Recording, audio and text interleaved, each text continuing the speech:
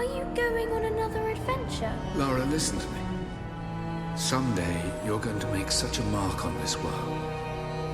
You're going to make me so proud. Give me a moment, darling. I need to take this.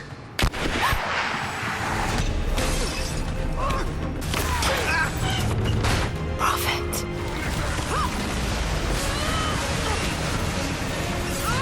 He was right. It was everyone else who was wrong.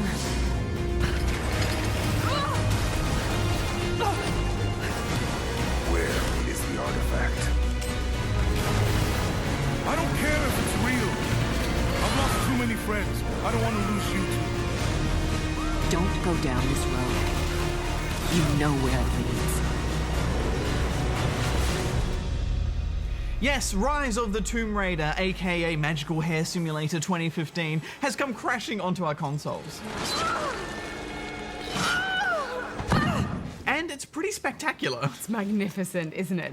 Should we get our new gen graphics froth out of the way, just up front? Why not? Oh my gosh, the light. it's beautiful. The way it shines It's so through beautiful. the trees, The and then when detail- you're looking the over those detail- landscapes when it's in kind the of like skin, sunsets and the motion everything, capture, and then in her even the hair clothes and and the everything, physics and of it's just like her everything. eyes Hair's look incredible. real when she's I wish talking. I had hair like that. Oh my gosh. I don't think I've ever played a game that actually makes you feel cold, but this one does.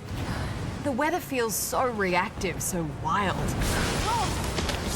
And the way she hugs herself and shakes against the elements. Go back. Please don't try to find me. I mean, I was shivering with her. All of her movements look and feel so real. The motion capture is stunningly detailed.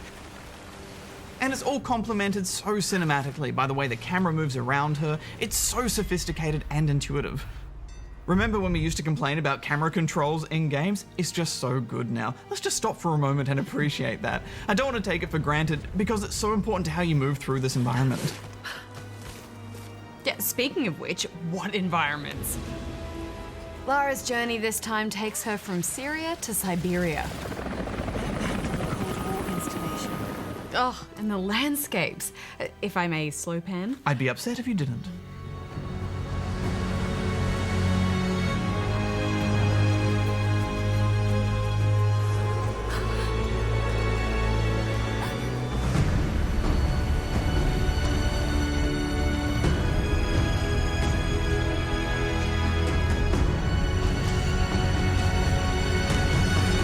Well, to the story.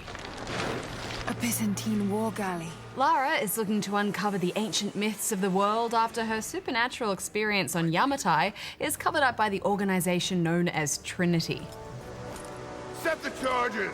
This time she has her sights set on the secret of immortality. It would change everything. Sickness, suffering, death, gone. Are you listening to yourself? Naturally, so do the bad guys. So, like all good archaeological adventure tales, it becomes a race to see who can find the magical object first. It's a cliche, but one we love and accept, isn't it? Yeah, and I didn't mind it at all. In fact, this time around, I found the story much easier to digest. There are fewer characters, so it doesn't get overcomplicated. And the ones that do come into play are well fleshed out and believable. I'm not your enemy. That remains to be seen. I also really liked the villains. I found them powerful and threatening. Our goal is within reach, but we must be vigilant. And multi-dimensional too. We may scoff at audio logs, but they are a way to make all the intricate details of the plot entirely optional. They're there for you to seek out if you choose. Equipment in place within the main cavern. We intend to gain access. But when I did listen to them, I found they gave real depth to the motivation of Lara's enemies. They're not just evil for evil's sake. I wish I could make her understand just how wrong she is. How misguided her ideas of morality are. The world is too flawed for stopgaps. Refreshing.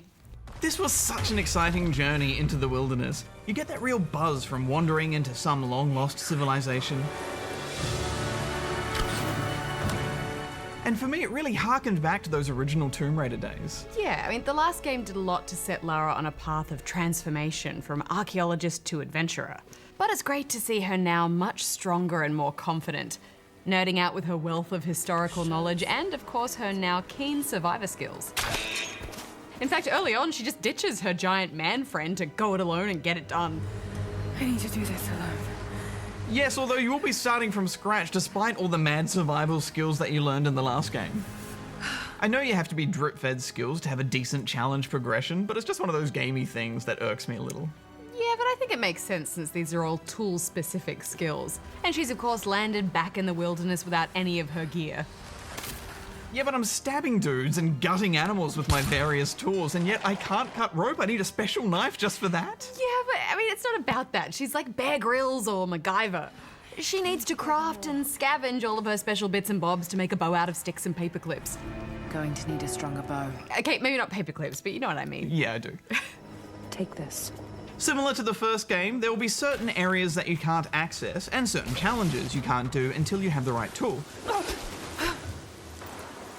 Which may frustrate some people, but I think it's a good reward structure, and it does encourage you to go back to other locations and clear tombs or dig up collectibles. Speaking of tombs, there are some wonderful puzzles here. Nothing brain-breaking, but enough to get you thinking laterally with water and pulleys without breaking the flow of the action too much.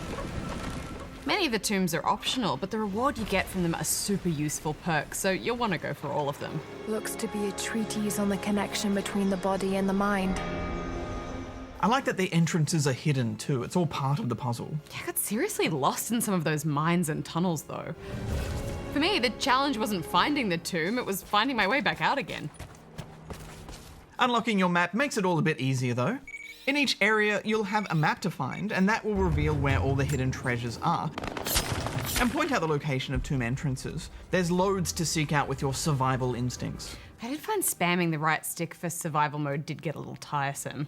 Because if you're not constantly pressing it, you'll inevitably miss something. It's a small annoyance, really. It's just something that I think other games do a little bit better. Yeah, I like it when they put a glisten over the thing you need to pick up, like the Uncharted games do. One thing I love about this game, though, is that everything that you find and dig up is all about increasing Lara's understanding and knowledge. Can't quite make out the translation. But this word. She levels up her Greek and Russian when she comes across ancient scripts. And all the little stories behind each archaeological item she discovers. I saw it here. Camilla Luddington does a great job of bringing Lara to life once again. Listen to this.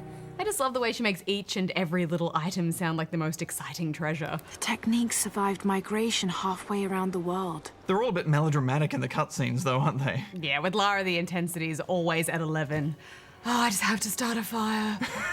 I've got to look at these books and just got to learn some more Greek. Need to rest. So cold. What did you think about the controls? Oh, they're great. I love them. She's just so agile, so much so that you have to be really careful about how you navigate her. Holy shit! I don't think I can make that jump! Yeah, and you know, at first I thought these movements were a little too sensitive. If you don't perfectly guide her towards each climbing point, she'll just go flying off in another direction. And often she won't naturally latch onto things that you think she will, which was kind of frustrating. Yeah, I love that though. It's another thing that harkens back to the original games. High stakes, one false step means death. Yeah, that's exactly it. It just took some getting used to. More often than not now, devs will program these mechanics to be a little bit more forgiving, guiding characters towards the closest point or stopping you from jumping off anything that you shouldn't. But Lara isn't like that, and you're right, it's good that it's that way. Yeah, it makes you more focused, more careful, and it's not punishing or unintuitive either. No, and it's actually a nice contrast to those more guided cinematic moments in the game, of which there are a lot, particularly in those transitional action sequences. Coming off the back of a parkour game like Assassin's Creed last week, it's a bit of an adjustment. Yeah, definitely. Though when it comes to swimming, I like that the controls are super simple. Just one button to dive and another to go faster. And swimming is the one area in a game where you want those controls to be as simple as possible. Yeah, but why can't she hold her breath for more than 5 seconds?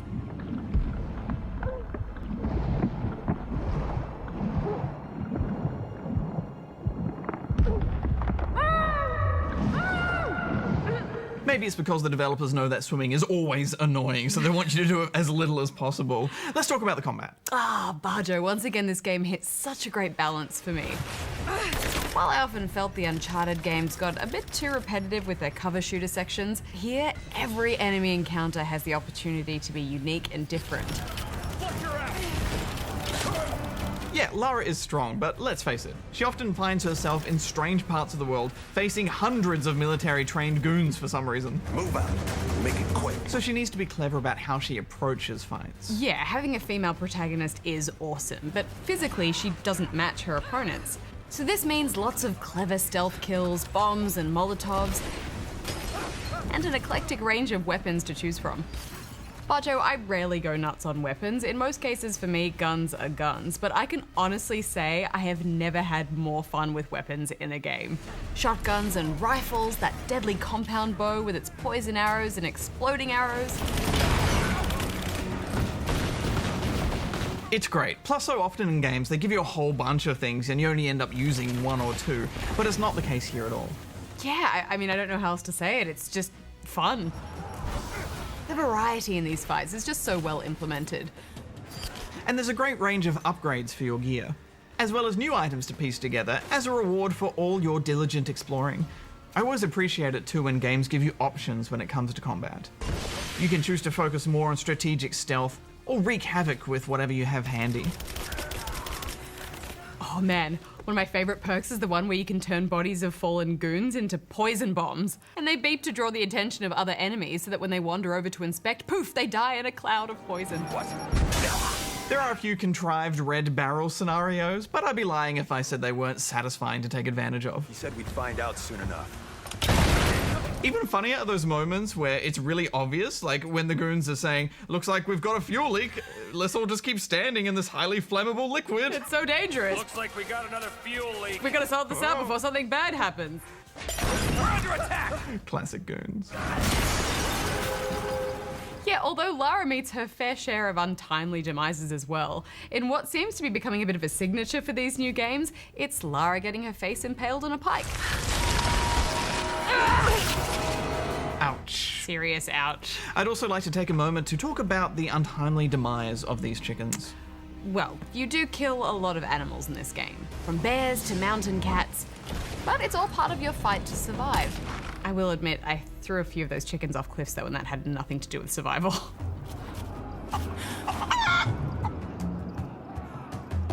Well, should we talk about the fact that Tomb Raider this time is actually going to be an Xbox exclusive for the next few months at least, delaying its release on all the other platforms? I don't like this. You know, with the first game, it was on everything, and then the second one isn't on everything, not at first at least. That just seems strange to me. It seems like a bit of a cheap money grab, doesn't it? I mean, I know that certain consoles have their, exclusives. PlayStation obviously has Uncharted, and maybe they wanted Tomb Raider to be that, and this is kind of a last-ditch attempt to get that Christmas rush, but I don't know, is it fair? No, it's just mean PR marketing. And who knows who paid for it, though? Maybe they paid an awful lot of money for it, and that's why the game is so good. That could be a factor, in which case, I would find that acceptable. Well, I had an incredible adventure with this game. The controller could not be pried from my fingers once I started. I was in the zone. The story was exciting. As you said, it was a better narrative, and I felt really driven to complete all the extra content and earn every perk and draw out the experience to make it last. It's a bigger world too, and a longer game than the last one, so there's a lot to lose yourself in. Lara has really come into her own now, and it feels genuinely exciting to be going on this journey with her. This is a fantastic continuation of a great reboot, but best of all, it's starting to call back to some of those old school Tomb Raider elements that I just love. I'm giving it 5 out of 5 stars. Yes, I was hoping you would. I'm giving it 5 out of 5 as well. And what better way to celebrate double fives than by honoring one of this game's greatest achievements, fabulous hair.